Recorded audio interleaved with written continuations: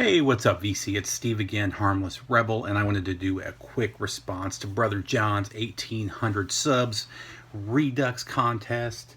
He had a couple questions for us, since this is kind of a resurrection for his channel after taking a few months off. He wanted us to show a band that kind of resurrected their career, that made a comeback. And a lot of stuff went through my head. A lot of bands came to mind.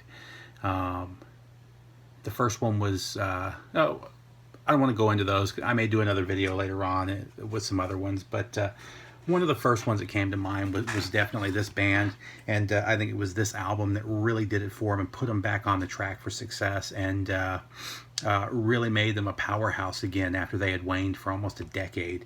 And this is Pump from Aerosmith. This album just had hit after hit. The band fell apart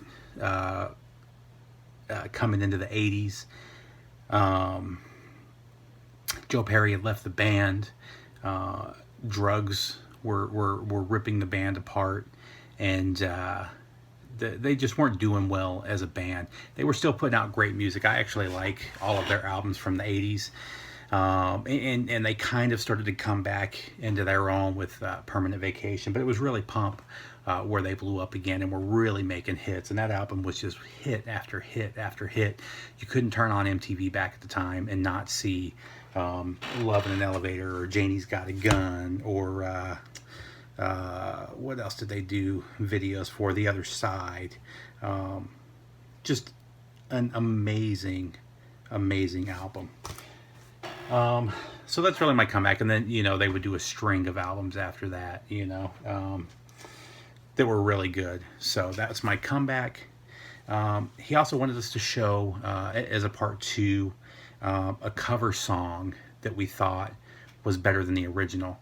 Now, he mentioned Green Monalishi, and all of you that know I'm a huge Judas Priest fan might think that I would select that. The problem with that is I'm a huge Peter Green fan. I think Peter Green is one of the best blues guitarists, or British blues guitarists of all time.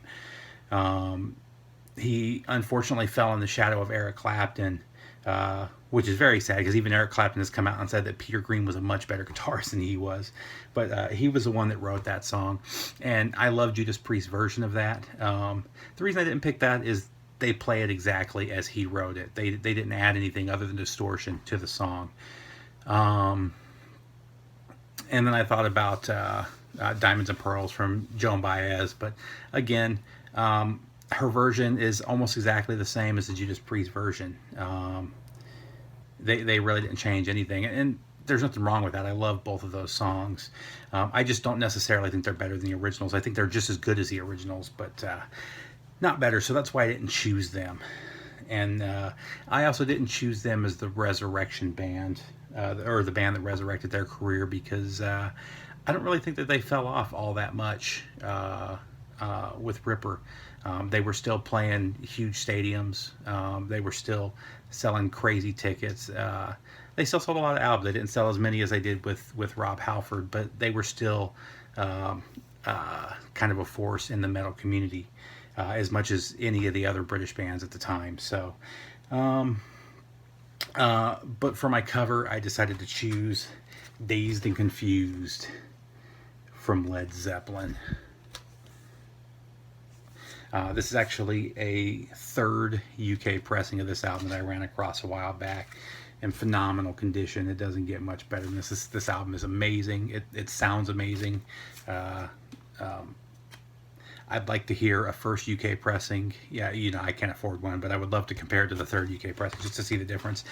Dazed and Confused, however, was originally penned by Jake Holmes. Zeppelin just did a much bluesier version, just blew the original out of water. Now, sadly, if you actually look at the back of this album, it says it's written by Jimmy Page. Which was, as we know now, a big issue, which is funny too, because there's 2 Willie Dixon songs on here, and he credits Willie Dixon for both of those, but for some reason he decided not to give Jake Holmes his due. However, I would recommend checking out the original version, because it's cool too. It's a psych version as opposed to a hard rock version of the song, but very cool. I would like to find a copy of the Jake Holmes album as well, but it'll never compare to the amazingness of Zeppelin 1 and their version of Dazed and Confused. So those are my two answers, John. You know, if you're not subscribed to John's channel and you're subscribed to mine, you got to subscribe. There's probably nobody in the VC that I'm closer to. I talk to him almost on a daily basis. We're really good friends. Amazing channel. If you're into guitars, if you're into music, especially heavy metal, hard rock, got to subscribe. Also, just kind of a side note, I've got my 800 subs contest going. I'll put a link down below. If you haven't submitted your questions for that yet, go ahead and do that. You got about 4 days left. That ends on Friday. Friday will be the end of it, and I'll probably post part 1 of my response video on Saturday or Sunday, so keep an eye out for that. Again, subscribe to John down below. Check out my contest down below. It doesn't require that you do anything, and take care, VC. I'll see you soon.